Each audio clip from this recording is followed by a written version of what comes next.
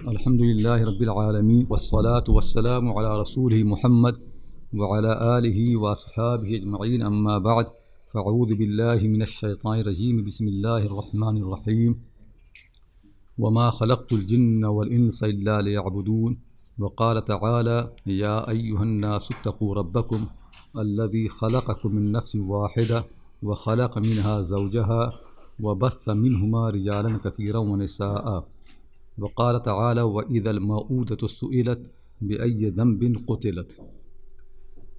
So my dear brothers and sisters, inshallah today I'm going to teach about the women who were companions of the Prophet ﷺ, among his wives, his daughters, family members and other companions. I really want these things that people understand them properly. Reason is because misunderstanding about the women is really very common, and that though I will teach many course about the women around the Prophet ﷺ, but all these biographies I have done in detail in my books, so not necessarily I'm going to finish all that in 3 days, but I want really to emphasize on some more important points which I have learned from those biographies.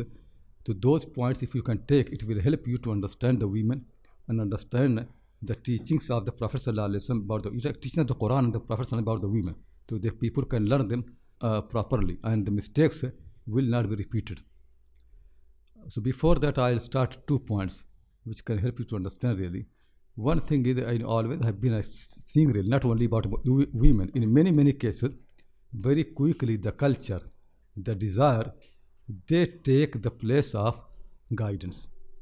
Allah says something, Messenger says something, but your culture has something else. So culture gets preference, and somehow you put the culture you make it religious. Like for example, the way people treat women in Pakistan, they say, no, my daughter, she cannot marry who she wants, she has to marry who I want. And then they make argument, because I'm father, she has to listen to me. This argument people very often make. Sometimes husband will say, you can't come to the class, you can't go to the masjid, because I'm husband, you have to listen to me. So this thing he's saying out of a culture, but he makes religious. So very often what happens is people, what they do, they get something from their desire, they get from the culture, from their own tradition, they make it religious, they make it Islamic. So this is how teachings become corrupted. Then people think this must be Islam, because people use those terminology. This is actually not only corrupted our understanding about the women, it corrupted actually many things in the religion. I give just one example so you can understand how corruption can come. When people got in Islam, schools like Hanafi school, Maliki school, Shafi'i school, Hanbali school, so many schools, even Aqidah, Ashari, Maturidi, so many schools, that school became their belonging. That gets priority. Then if Quran and Hadith goes against that teaching, they don't care too much really. They just want to go for their own school, and Quran and Sunnah will be interpreted in the light of the school. And sometimes they make such a silly statement which anybody can see it is wrong. But because they're so much deep in that culture, they accept very quickly. So I give an example. One of the major Hanafi sources, Ad-Durrul Mukhtar, and their commentary on that, Raddul Mukhtar, that called Hashim ibn Abidin. In that it is written, when they mention the virtue of Abu Hanifa rahmahullah ta'ala, that Imam Abu Hanifa is the best faqih and all those things, okay, that we don't discuss unnecessarily, though I think there are many fuqaha like him, but okay, if you say he's best faqih, then after that they say that his teachings will continue until the day of Qiyamah, in that book written. And even Isa alayhi salam will give fatwa according to Abu Hanifa's opinion. So now, just think, and this is accepted. Actually, you must have heard many Hanafi people saying same thing. Isa Islam will come and he will judge according to Hanafi madhab. Why people accept this opinion? The reason is because I'm Hanafi. I love to hear something like that. So I never raise any question. But if you just stop a little bit, first thing you should ask really, what is the evidence? It is future. So how can Ibn Abidin or somebody else knows, Isa Islam will give fatwa to Hanafi madhab? Then second thing, think really, Abu Hanifa was not a prophet. So he has to do ijtihad. But Isa al-Islam is a prophet, not only prophet, he is a messenger. He is chosen, he is among the 5 top messengers. Ulul Azm al-Rusul, like Nuh alayhi salam, Ibrahim alayhi salam, Musa, Isa, Muhammad. They are 5 most important prophets and messengers. He's top of them. Do you really think it makes any sense? He's going to follow Abu Hanifa. Abu Hanifa, the mujtahid, he could do mistake. So how anybody can accept this thing? And then next thing, when you say something about a prophet, don't you think it's a big responsibility? Don't you think you need an argument proper, that evidence proper? Without any argument, evidence, just you keep saying this thing and people repeat. Isn't it a sin? I'm not saying that they do intentionally. They just forget. Because they love Abu Hanifa, they love their madhab so much, so this teaching becomes part of their mind. They keep repeating. You can see really how in the religion, even in Islam, which I think is safe religion, protected, it is not abrogated, it will continue until the day of Qiyamah. There is no prophet after the Prophet Muhammad sallallahu alaihi wasallam. Even in Islam, you can see how the teachings are corrupted, not by common people, by the scholars. The people I'm referring to, they are not common people. They are ulama. They are people who are ideals in society. They are the one who followed by the people. People like that, they say when Isa alayhi salam will come, he will judge according to Hanafi madhab, which does not have any sense. Still it is popular. Why? Just think really. So something being popular among ulama does not necessarily mean to be right. So keep in mind that very easily people's desire, people's culture, people's tradition, these things can become part of the religion, and people can attach certain things around that. You seems like to be religious. So this keep happening. So this is one important problem in every religion and also in Islam. Many things that people say it is Islamic, not necessarily it is Islamic. Even if the ulama say it is Islamic, it's still not Islamic, because no alim is protected. Only the Prophet Muhammad sallallahu alaihi wasallam is prophet. He's a khatamun nabiyyin. After Prophet Muhammad sallallahu alaihi wasallam, every alim needs to explain to you his teaching. When I say something like that, what is my argument? If they don't present their argument, you are not obliged to accept it. Is it clear? When Prophet Muhammad says something, you must listen to him. When anybody else after him says something, you have every right to ask him question, what is the argument? What is the evidence? And if you don't ask, you will be wrong. If you follow people blindly, you will be wrong. And this is how actually lies and corruption is spread in the society, because people don't question. When Umar Khattab used to teach something, even the women used to question him, and he used to correct himself, because everybody used to question. This is important. Is it clear to everybody? The first thing is, corruption is very common, not only among the common people, even among the ulama, among the scholars, even the top people who wrote those books which are authority, they have this corruption. Second thing is, guidance is the Quran and Sunnah.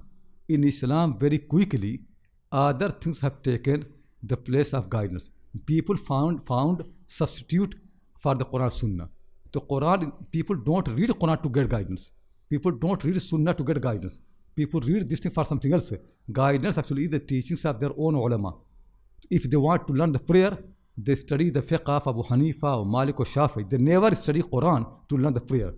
They never study Quran to understand the Hajj and understand the fasting. No.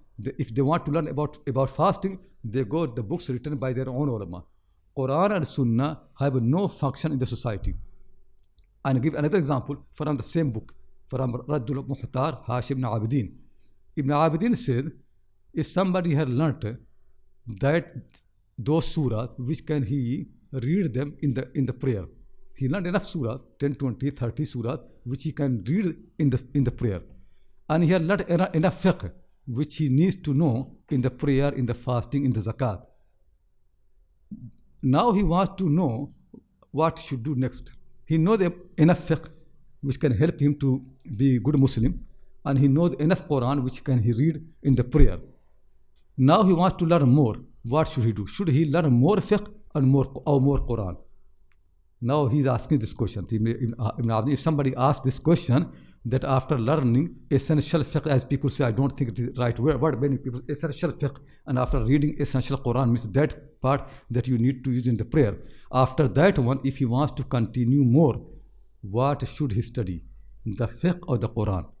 Tell me what you will say. What should he study?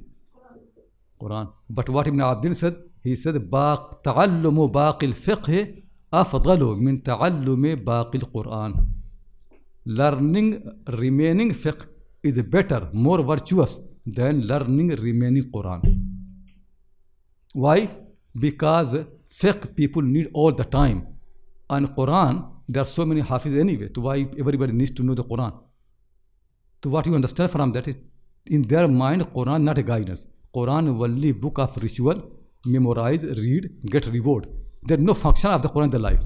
Fiqh has a function. Quran has no function. So why you need to learn more Quran? If you learn 10 surah, 15 surah, that's enough. Tell me, if the society does not know the Quran and Quran has no importance, how guidance will come? If the fuqaha are influenced by the culture, they have any wrong teaching, who's going to correct? Quran never can correct. And I'm not saying mistake only happen about the women. Mistake happen in every aspect. Women are one example where people corrupted the teaching about the women. Now when you ask people why you teach this about the women, what reference will be? A reference will be Ghazali says, this faqih said, that faqih said. A reference will never be the Quran and Sunnah. A reference come from this faqih, that faqih, our madrasa, our school, our elders, there comes. Because these people's teaching are never tested in the light of the Quran and Sunnah. If this happens, then how correction can come? And even if you make good argument, still people are not really reluctant to accept that.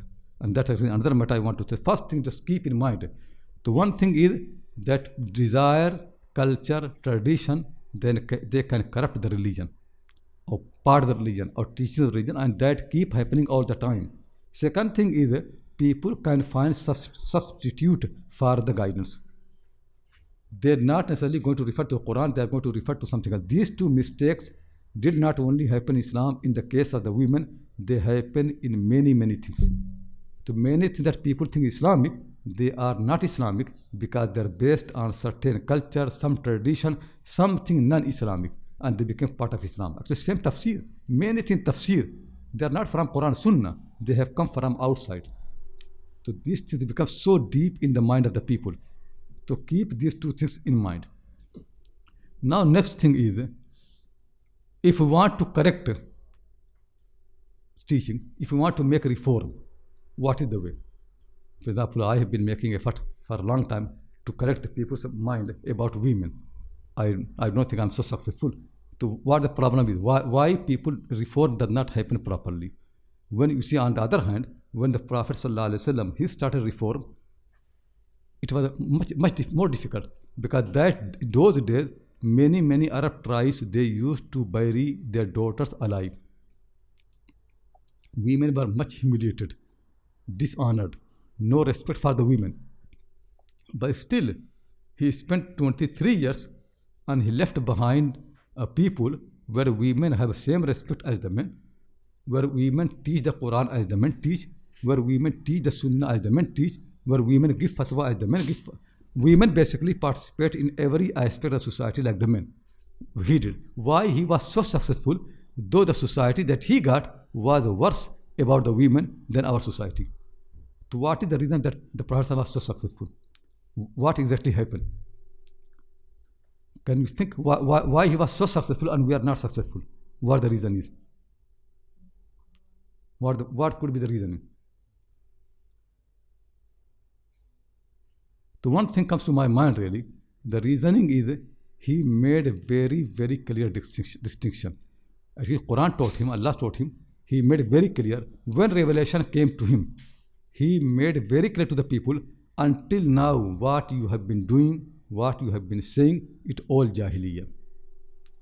Throw it out. Start the life, everything freshly.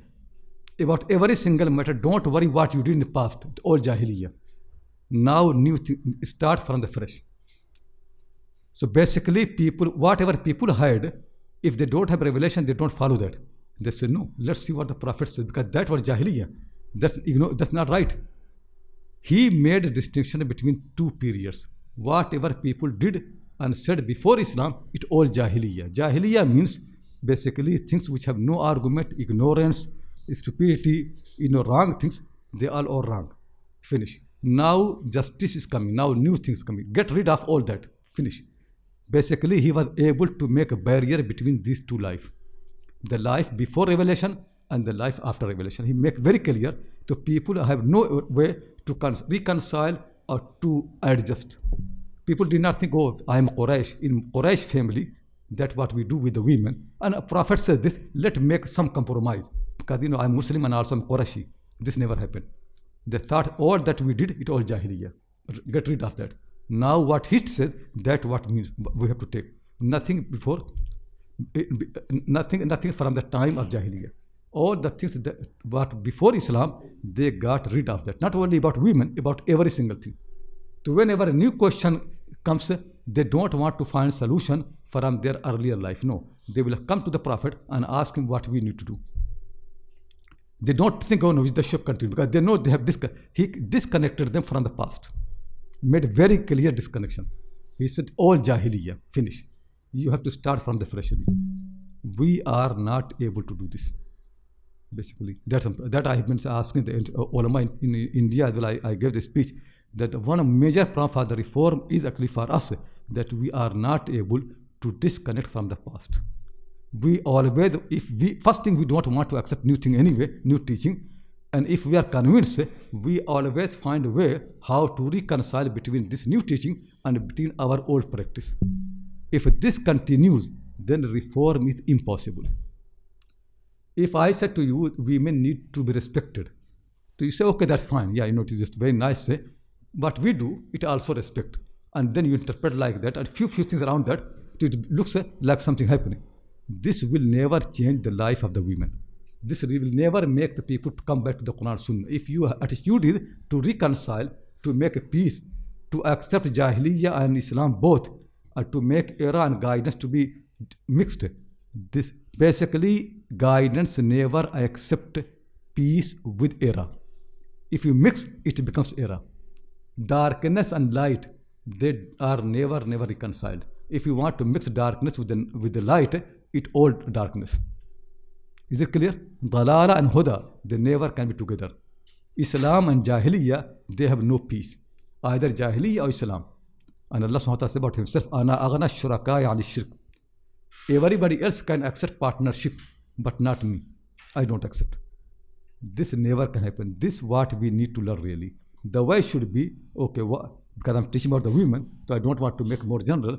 If we really are sincere to respect the women, and if you are sincere to give them what they have a right, they're not beggars. We exactly to return back to them what is due, what their due right in Quran Sunnah. If we are really sincere, the only way is get rid of all practices and all teachings and start looking freshly in the Quran Sunnah and just accept that and don't make any reconciliation and any adjustment.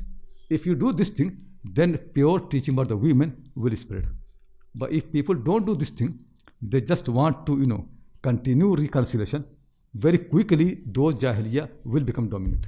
And if even somebody comes, like Umar al-Aziz rahmahullah ta'ala, he is sincere, but he was not able to change the structure. So what happens is, powerful person, good intention, for 2 years and few months he ruled, he reformed everything. But as soon as he died, all that came back. Why? Because the structure of the state was not changed. It still remained Banu Umayyah. Still same corrupt people. They are waiting for him to die. When he dies, they can change again. And that happened. A prophet never does like that. Khulafa Rashidun never did like that. But Umar al-Aziz actually, his best man in that period. And I also know he couldn't do because there's so much problem. So he did the best for his time, but he was not able to make sure it will continue.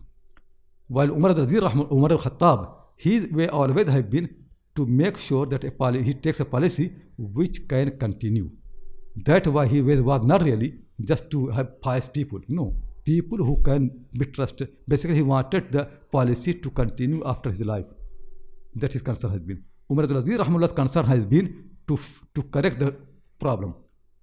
His intention was not to make this to continue. His intention was, because there's so much wrongdoing, let me correct it, let me fix it. He did, no doubt. He's the most successful person in that bit, to purify the society from the wrongdoings.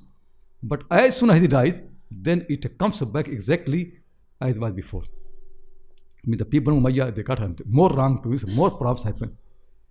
In our time, really, it could be possible, sometime a reformer comes and he really corrects something.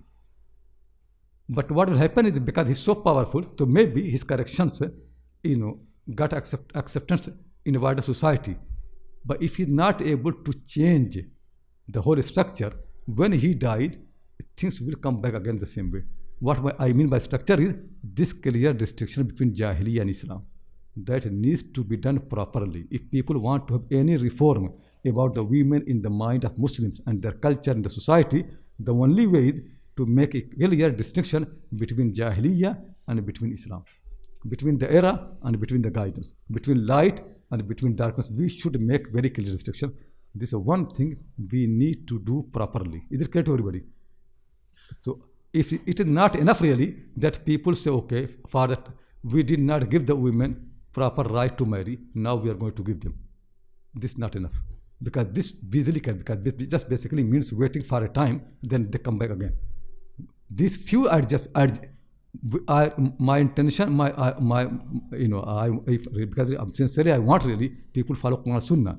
My deeper thinking is really, it all policies of adjustment, they never can be helpful. If you want to adjust, if you want to reconcile, if you want to make everybody happy, this will never work. And the conditions of the women will remain as it is. It will never change. It will be only basically because you have got pressure from outside, so you want to get rid of the pressure for the time, because the feminism, there are the whole world against Muslims in this matter. So now you want to get pressure out, and then things will be, wherever you find easy, you do the same policy because you are not sincere. So this should not happen. The companions were sincere. They got rid of Jahiliyyah. They started a fresh life. So when I'm going to teach you about what the Prophet did about the women, first thing really you people learn from me is this, that there is a war between Jahiliyyah and between Islam. It is not a simple matter between, some injustice to the women and we want to fix it. It is basically Jahiliyyah has been basically dominant in Muslim society. We want to make very clear that this is Jahiliyyah and this is Islam we want to get rid of. For every single matter, we want argument from the Quran. Simple matter. Nothing we're going to accept unless you bring proof. It will be safe. Whatever people teach about the women, even if there's something you like, women like, don't accept. No, bring from Quran Sunnah. We want to become slaves of Allah. We want to obey Him. We don't want to obey anybody. Even if it is good for us, we don't want to accept something good or bad. We want to obey Allah, His Messenger. Simple matter. Whenever somebody teaches you something, first thing is ask the person evidence from the Quran Sunnah, not his understanding. What Allah said, what the Prophet said. Proper, simple matter. If this becomes everywhere, then more likely some reform will happen and a structure will emerge that in the future always reference will be the Quran Sunnah. But as long as we keep mixing between culture and between fiqh and between Islam, between Quran Sunnah, things will never change. Change will be very superficial, but real change never happen. Which we never can back to the society of Medina. Never come back. This is one thing I wanted to make very clear to all of your mind. Second thing I want to make really is that truth of the matter really is, and this I emphasize in India as well, that there has been no single culture, no single civilization, no single tradition which ever has been fair to the women. It never happened in human history. There never has been any civilization which gave the women their rights. It never. No single nation can claim in the history that they gave women their rights. Neither Greeks, neither Jews, neither Christians, neither Muslims in the most part of their history. Nobody can claim, no nation can claim that they gave the women their proper right. Actually, nobody can claim that they understood the women. Actually, nobody can claim they made effort to understand the women. This never happened. Whatever actually people accept for the women is when they had been forced. But they never made proper conscious effort to understand the women, to understand their needs, to look at the matters from their angle. This did not happen. So this is actually what we need to understand really. And Quran has corrected this from very beginning. Quran makes very clear that Allah is the one who created men and He is the one who created the women. Both actually have the same creator. And both have been created for the same purpose. Men have been created to worship Allah and women have been created to worship Him. And both of them, when they good deed, they get the same reward. And when they do sin, they get the same punishment. Quran makes very clear. They have same creator, same purpose, they have same, also same father and same mother.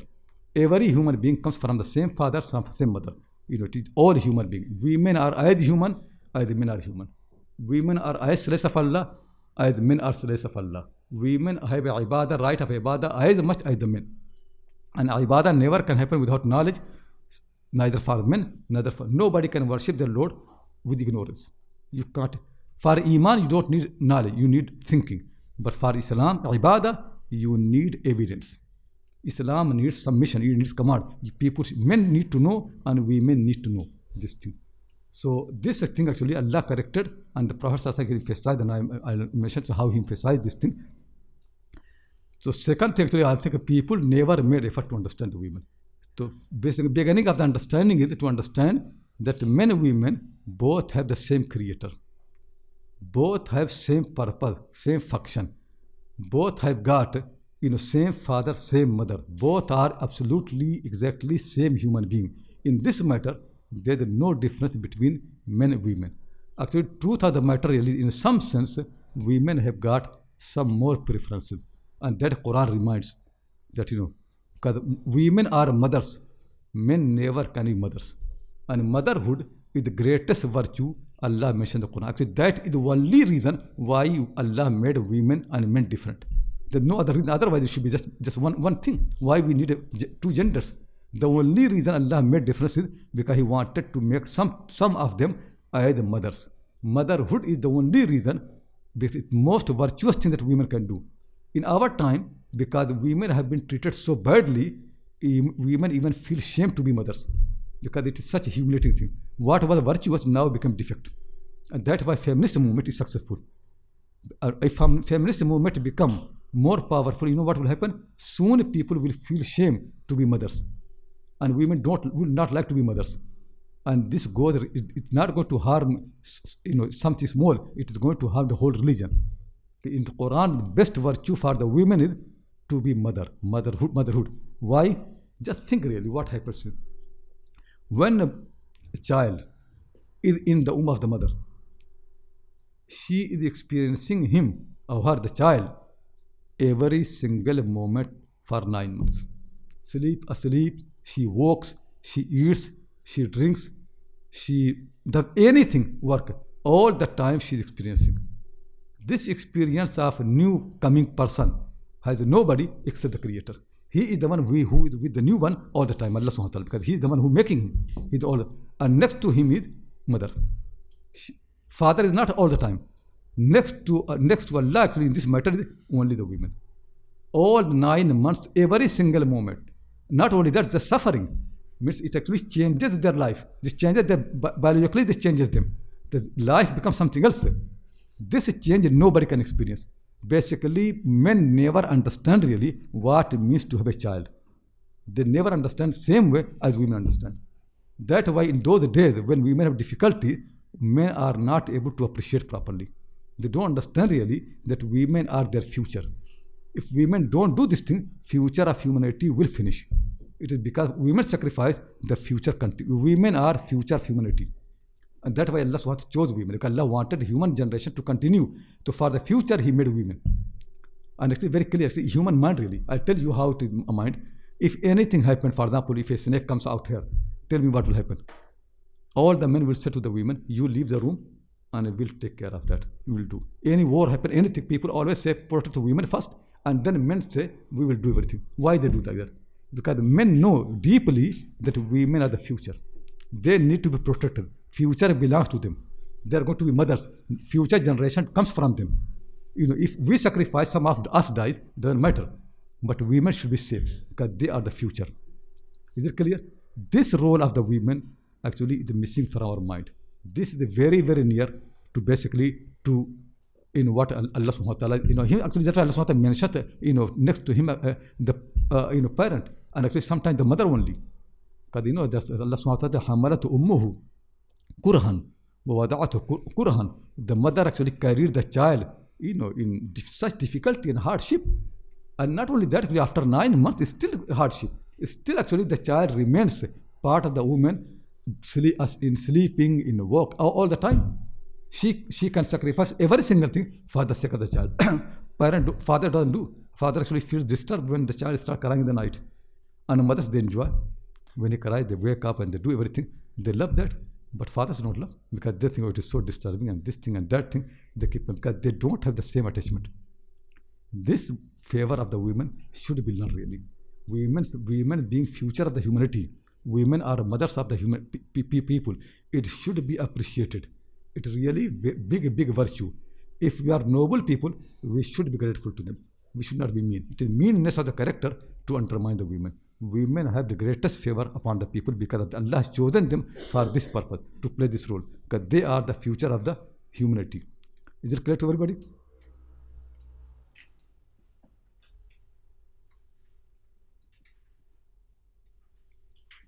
Okay, next thing I want to explain, because there are few points. If you write down, inshallah, it will help us. Some of these I have taken already written in English as well, so you can take later on, inshallah. Okay, next to that is, the Prophet ﷺ was not like a philosopher. Many times you can see many of these things that you find in Quran Sunnah, many good teachings. It is also you can find teachings of many philosophers. If now for the feminist movement, very often say same things which are similar to the Quran Sunnah. They say same thing. But the difference is, people say things, people speak, say loudly, but they never had a very clear plan and clear strategy how to implement that things. They never have. They can shout and this thing and that time protesting, and actually sometimes they make matter even worse. They never have any clear plan. The way of Allah subhanahu wa ta'ala in this world is, if you believe in something, then apply that systematically, properly. Move from one point to other. For example, if you really believe that my son has to be a doctor, then make a plan. Which school is going to be, then after that school, secondary school, which college, make a plan properly, and then work in that direction, with proper strategy. One day, inshallah, he'll become a doctor. That's how Allah has made the world. Allah, the way is not desire and wishes. It's not that you desire something, it will happen. I want my son to become doctor, and that's all. And I guess doctors are very important and society needs them, and I make all slogans. But I never do anything.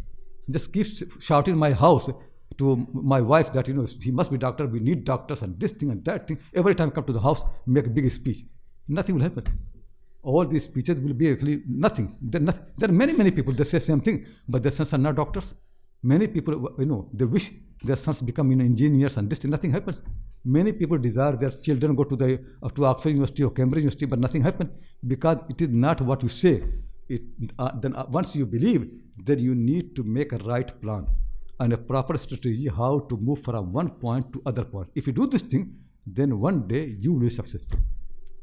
The Prophet ﷺ, with the instruction of Allah subhanahu wa ta'ala, he had a proper plan. He does not only teach people the right thing about the women, he implemented it.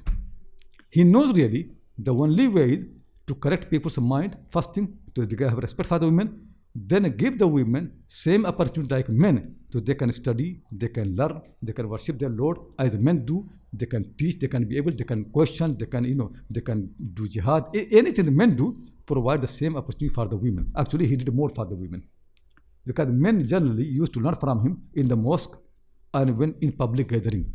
Women used to attend those mosque thing and public gathering, but women also were able to come to his house anytime. And for women, he also made special sessions to where they can, if they have shyness to ask question public, so they can come and have question in private space, more lonely, where men are not there. He made effort, more opportunity for the women, and he did not miss any opportunity to correct any misunderstanding about the women. So once he was sitting, one of the companions came and sat next to him. His daughter came and sat, and this companion made the daughter to sit on the ground. Then his son came running, and the companion took the son and put him in the arm. The Prophet noticed that when the daughter came, you made her to sit in the ground, and when your son came, you took him in the arm.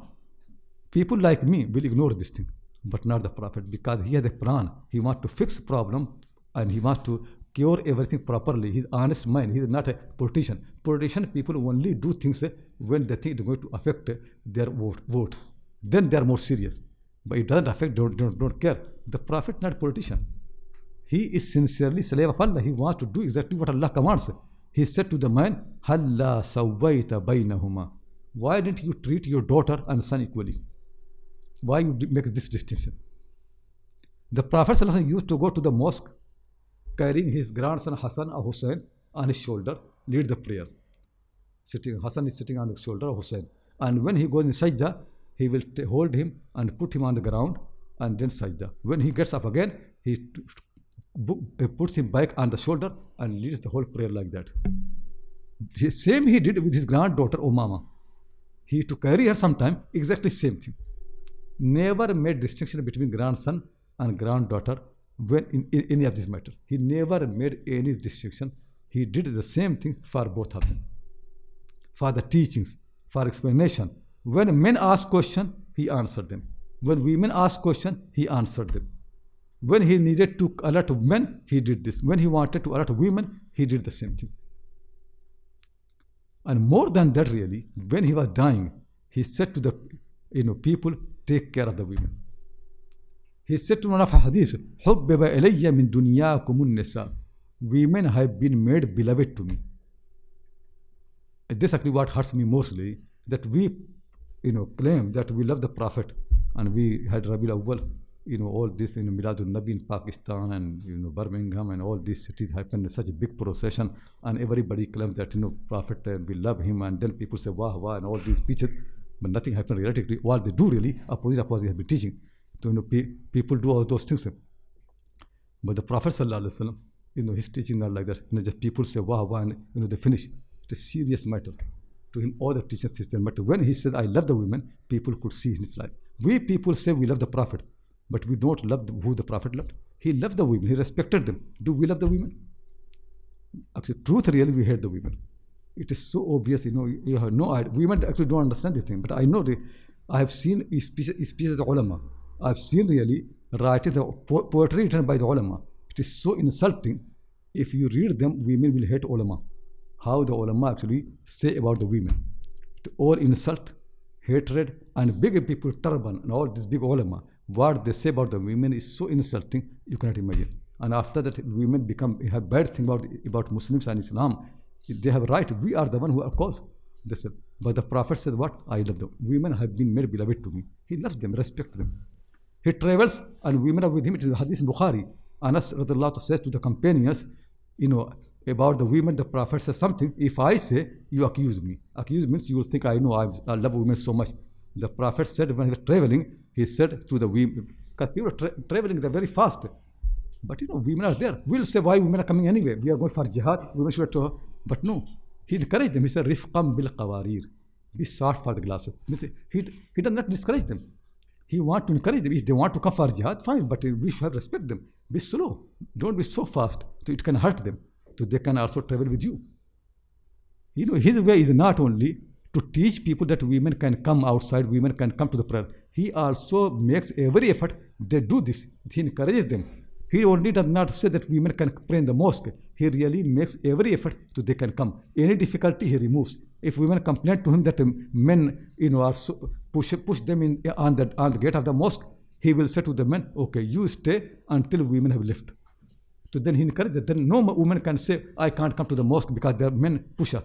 He said, no, men have to stay. Then after that, again, women complain. Now the men, still it's problem same. Then he made one special gate for the women in the mosque. Only women can enter. So it is not actually, he teaches good thing. He actually makes every effort that it is applied properly. He encourages the women and encourages everybody else to do the same thing. That I'm trying to say. The Prophet ﷺ, he applied all these good teachings in his life. Made sure that before he died, everything done. But this application was done where? In the city of the Prophet Medina. This was not done anywhere else. That is one problem in Islam happened very early. The problem was that Islam expanded very quickly. Expansion of Islam happened very, very fast. And it's such a fast that it never happened to any civilization before that. Conquest of Iraq, Syria, Iran, and then after that, you can Spain. All these countries have been, within less than 100 years, Muslims got the biggest empire, expanding from France to India to China, all Central Asia. Less than 100 years, you've got such a vast, area, unimaginable. And in those days, there were no mobile phones, no fast communication. Just imagine really. Do you understand what the problem now will happen? If you have such a huge empire, and now you have to run the empire. The Prophet ﷺ spent at least 23 years with his companions to make a good society. First in Makkah, then same people moved to Medina, and 10 more years in Medina. 13 years in Makkah and 10 years in Medina. Just one small society, focus on that. So when he left, they basically, all the teachings have been applied and implemented properly. Now we got, after his death, 100 cities like that. Kufa, Basra, Baghdad, Damascus, Hims, Halab, Shiraz, 100 cities like that. Don't we need in each city to spend 23 years to make sure that all teachings are applied? We need, but we didn't do this. Things because we could not transfer or transmit what prophets practice to these cities. What actually happened is, we only were able to take the Quran. The Quran went everywhere, no doubt. This matter, Muslims actually did best effort to when they conquered cities, Quran, teachers of Quran are everywhere. They got access to everywhere. We also were able to teach people, ibadat. To everywhere the people who teach you how to pray, how to fast, how to pay zakat, hajj, everywhere you can find learned people. And Umar Khattab made sure that these learned people in every city, they teach people how to do it. Even the family system, how to marry and all those things, we made sure this goes. But the thing is social structure, where many norms with the Prophet actually left behind Medina. Those norms, when people left Medina, they did not make effort to take all those norms into the new cities. They never made any systematic effort that they make every city to become like Medina. So in Medina, they used to see that women go outside, they do business, they command good, they forbid the evil. The Quran says, the Quran very witness, women go to the mosque, they do i'tikaf in the mosque, they do all those things. When they found Kufa and Basra, these new cities, they were not able to even to transfer all this. This needs long effort because those societies already had women and they used to treat them certain way. When they became Muslim, they fear Allah, but still many part of their culture and tradition still remain. They don't have anybody like Prophet Muhammad who can purify every single thing. That's why Imam Malik used to say, Amal of Medina is Hujjah. Because it is a city where the Prophet made sure that everything is done according to Quran and Sunnah. So that he left.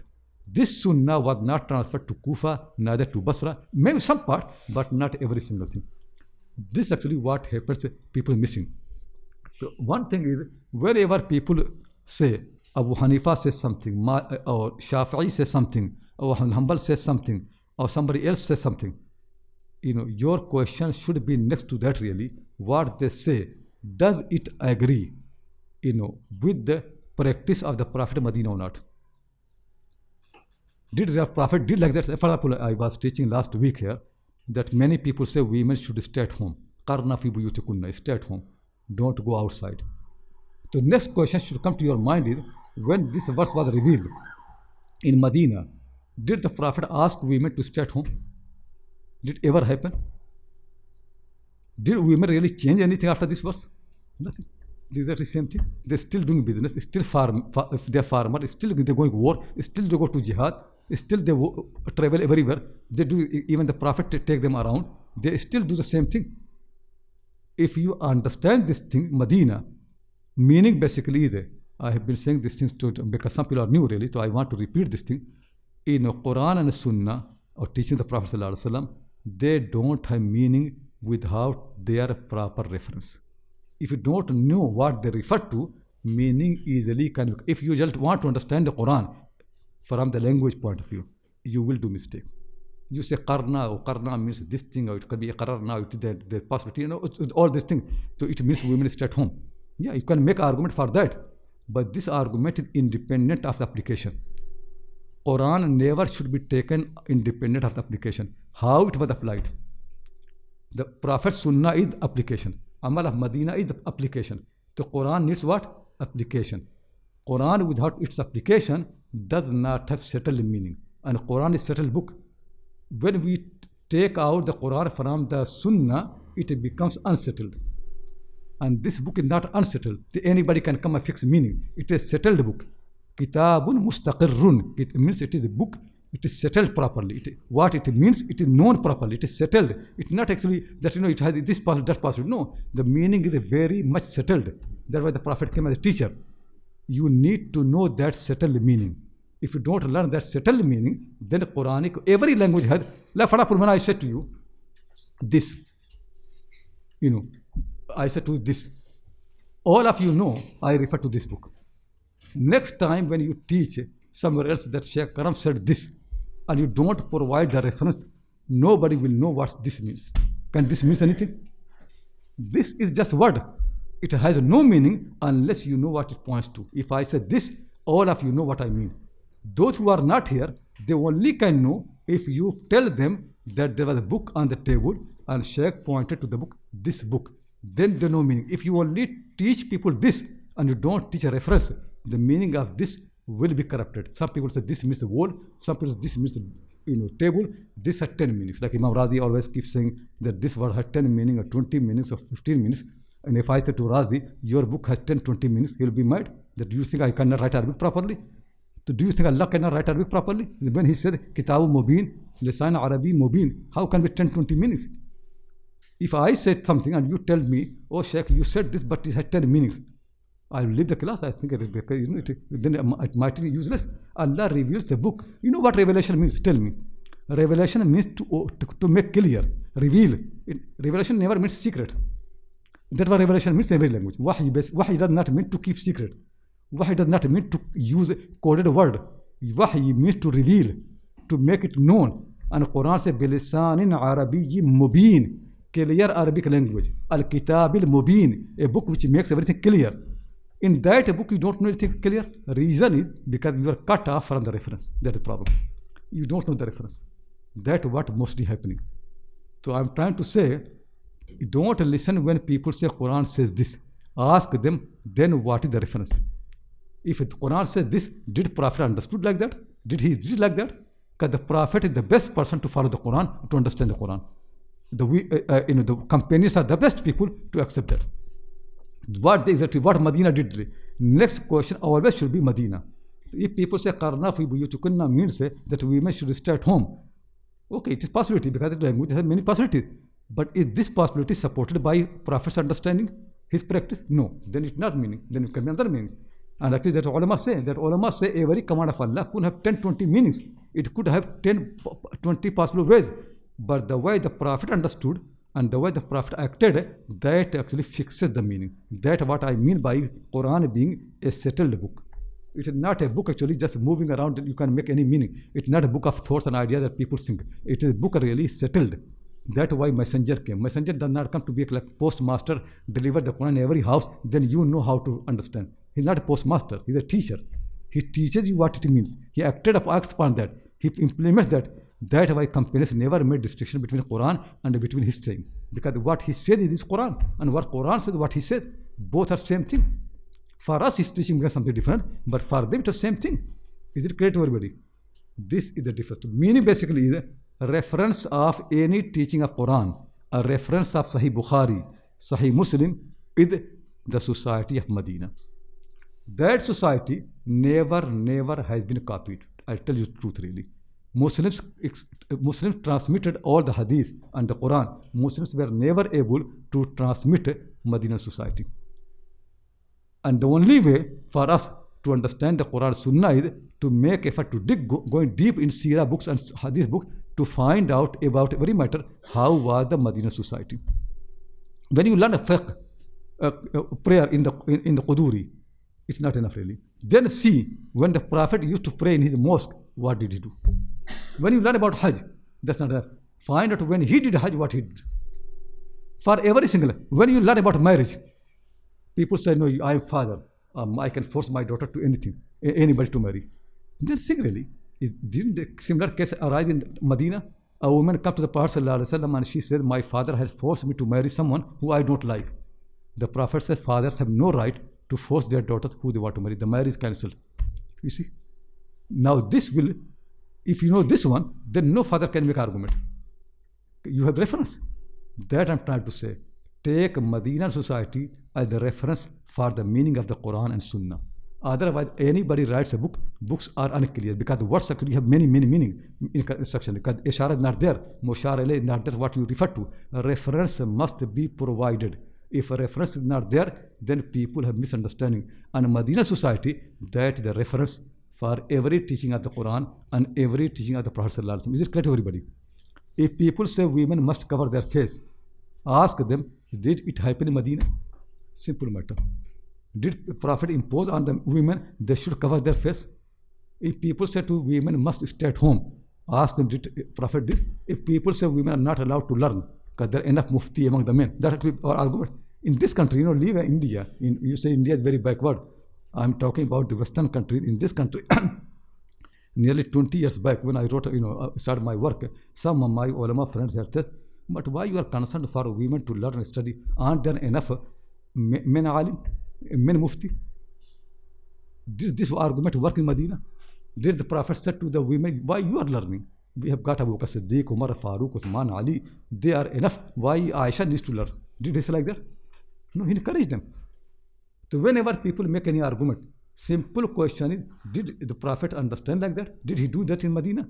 Take a Medinan society of the time of the Prophet, not every time, of the time of the Prophet, add your reference. You will be safe. So this is the next thing I wanted to teach you. So alhamdulillah, I taught you so many important points. The first thing, how corruption happened in the religion, that I taught you, properly.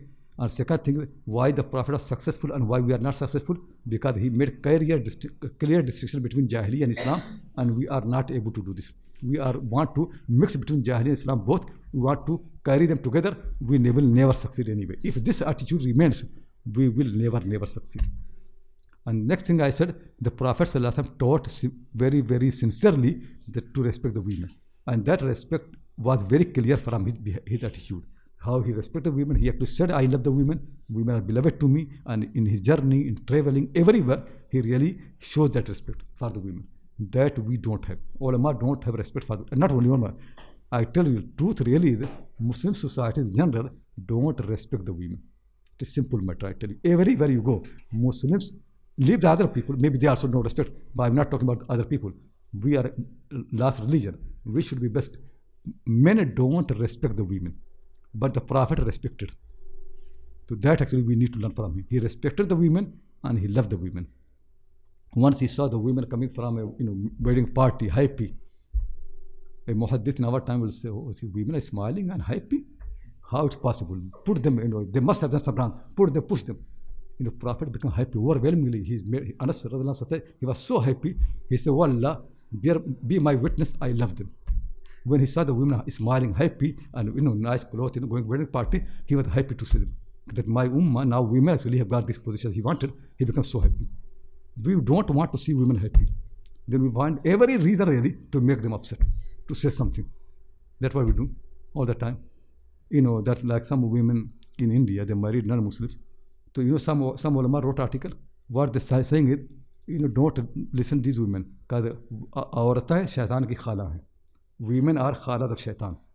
Khala? Khala means maternal auntie. Women are khala of shaitan. Ulama wrote, not everybody else. Ulama wrote that these women don't care about them. They are khala of shaitan. This is the language they use. They say auratain shaitan ki khala hai. So I said to them, then you are shaitan. If they are your khala, so shaitan ki, they are only khala, you are shaitan. Because that's what you're saying. Auratain shaitan ki khala. This is what people say. Did you see this language in the Quran and Sunnah? That women are shaitan? Unnecessarily primary. That we need to fix properly. So alhamdulillah, I think if you have taken this thing and note properly, then teach them, because I become so much tired teaching something. First thing people should learn really, my specialty never has been women. I really specialize in hadith. It was just by chance that I did some research. Now people think I'm expert of the women. So I'm not expert of the women. And I don't want to carry all those things. But though I want to, teach people this thing. But if other people also can do the same thing, it's much better, then I can save my time. Otherwise, everywhere, now in India, nearly every city is asking me to come there. Because now more and more people think, they say, no other alim teach the same way, you come. But I don't think I have time because I have other things to do. And also in Europe, many places in Europe, people asking me to come. But I really don't think I can go everywhere. So I think my best thing is if people learn from me and then they teach same thing. And that's the next point I want to make. how the Prophet did. Next point actually I want to make it that you understand how the Prophet used to teach people. In our time, when you see teaching, people have got these two words. Either people say teacher and student, this relation, or people have got Shaykh and Murid, disciple. What disciple means? Tell me. Disciple simply, when you make somebody disciple, initiate in a silsila or tariqah of Sufi, you know what really happens? Then the teacher only gives authority for the students or disciple in certain things. This is what you need to do. Disciples are never independent to make their own interpretation. They only ask those questions which are related to them. They can't ask anything. They basically have to make sure they follow their master as best as possible. It could be possible they don't understand, because saying in the Sufism, I'm not making joke. It is because I have studied Tasawwuf for a long time, so people should not think I'm against Tasawwuf. And my teacher was Shaykh Tasawwuf. In India, everybody is Sufi. So, or tradition. So I myself actually Baya with a Shaykh. So people should not think I'm just negative about Sufi. But this is deep in Tasawwuf. What Sufi people say? Murida bashad ki chuno chera na kunad. A disciple is the one who never asks his master why and how. He just do what master says. That's all. He never can say how and why. If he asks how and why, he is not disciple. Then they punish him. Then there are long processes of how to punish people. Any disciple, yeah, it have been big punishment. Those punishments you cannot believe really what happens.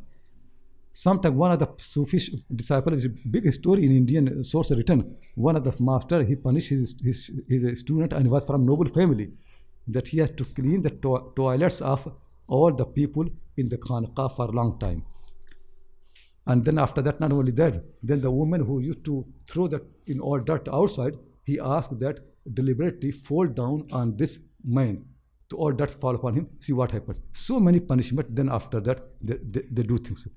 So one teaching is that disciple is the someone who never can ask and how, never. That's why in Sufism it's not important what the source is. What importantly what master does. What master does and what said, that's enough. You don't need to understand. You don't need to have explanation. This never. If you ask, then it is problem. That it means you have not learned properly. Is it clear to everybody?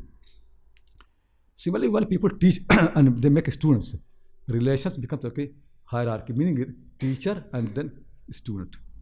So when I'm teaching you, generally what happens is, so much respect for me and this thing, and then your mind is very clear that Shaykh Akram must have good argument. Maybe I did not ask him, but if he said, it must be right. So that's what people. Many things people repeat from the teacher, not because they understood properly, because they have so much respect for him.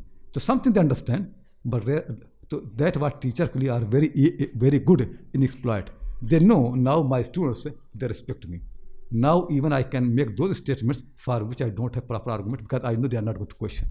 That's how wrong teachings become part of the teachings.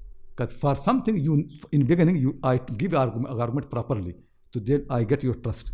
Then after that, in between, I put those information for which I don't have any argument, and you accept them as a truth like those arguments, and then they become part of your culture, your mind, and you never give up them. Even if people say, no, your teacher did mistake, you say, no, who you are. My teacher has more knowledge than you. Abu Hanifa knows more than you. Who you are? Are you like Abu Hanifa? So you certainly, nobody can say I'm like Abu Hanifa. Then this is how it goes. Is it clear? That's what happens generally. That is never Islamic. Islam never has this relation between Shaykh and disciple. This is non-Islamic, non-pure. It is really responsible for all the mistake. Islam does not have the relation between the teacher and the students, the Shagird and Ustad. Islam does not have the concept of Ustad and Shagird. Ustad and Shagird is a Persian word, it's not Arabic. There is no Ustad in Arabic language. There is no Shagird. Shagird word has come from where? From Persian. It is this relation between Shagird, Shagird. Shagird means student, and Ustad means teacher, master. And you have Shaykh and disciple, Murid. Murid is disciple, and Shaykh is the master. This relation does not exist in Islam. To make sure there is no studentship and there is no relation between something similar to student and teacher does not exist in Islam. Something similar to the master and disciple never exists in this religion. Then what you have got in this religion has got only one term: companionship. People were companions of the Prophet. You know what companion means? Next to each other. together. What companions means? Equality. You are next to the Prophet. You need to, not only you need to follow the Prophet, you also have every right to understand how he thinks. You have every right to understand his explanation for every single thing. And that they did. Some are quicker, like Abu Bakr Siddiq, he knows everything very quickly. But some are not quicker, so then they ask, like Umar Khattab. But they don't do without knowing. So like in Hudaybiyah, the Prophet ﷺ made a treaty, which was not a very good treaty, according to most Muslims. Because the part of the treaty was, if anybody leaves Makkah and accepts Islam, then he has to be returned back to Medina. If anybody leaves Medina to become kafir, then Meccan people will not return him back. Humiliation. The Prophet accepted. Then Umar said, no, it is humiliation. He comes to Abu Bakr Siddiq, he comes to the Prophet, he asks questions until it becomes clear. But for Abu Bakr it was very clear. So that actually was it. So we need both people like Abu Bakr Siddiq and Umar. Some people are quick to understand, that's fine. But those who are not quick to understand, they must make effort like Umar to understand. If they take it without understanding, they are wrong. Is it clear? There is no harm. It's good to understand quickly, but it is bad really not to understand at all. No, it is very bad. Umar never did this. Umar understood, then he did. The Prophet ﷺ, encouraged people to love him. Umar said to the Prophet ﷺ, "O Allah, the Messenger, you are more beloved to me, than anything except myself." The Prophet said, no, it is Hadith Bukhari, no, Umar, until I become more beloved to you than yourself. Then this sentence struck his mind. He thought, and immediately it became very clear to him. He said, Al-ana, now, O Prophet, you are more beloved to me than even myself. You see? Then it becomes clear. He thinking, understanding. So this relation of companionship basically is not only to follow, it really to understand, to have same knowledge, and then after to follow. Knowingly, argument properly. So Prophet training people in understanding, in thinking, in reasoning, in proper explanation. His wife used to ask. Like, the Prophet Aisha asked him many questions. That, you say this, the Quran says this. Salama asked many questions. Actually, I'll teach inshallah, because I'm going to teach the biography of these women. It will come. Whenever they did not understand, they did not accept because he's a prophet. They know he's right, but they want also to know what explanation. Is it clear? Asking explanation does not mean no respect. Try to understand. When you ask me explanation, what simply means? Simply means if I'm a right person. So I'll think, okay, my student understood what I taught, but he did not understand my reasoning. So he wants to understand the reasoning. This is good. Asking explanation does not mean you're challenging me. It does not mean really. It just want to know that I am lower than you. Or my mind does not work in your way. Just explain. Good explanation. That's what they're doing. The Prophet never have been threatened by students, by these people. That's why the relation is not actually this point needs to be explained a little bit more, inshallah, that I'll explain after the break. And meanwhile, I sort all these things. If you have any questions, please ask. I am the one who's teaching. Don't accept anything unless you understand. So it should apply to me as well. Don't accept it. Never quote me those points which you did not understand. Then leave them. If you understood them, then accept. And if you do not understand, you have every right to come to me again and ask my explanation, because even a prophet has no right to impose. So who am I? I don't allow anybody to teach what I teach if they did not understand. Is it clear?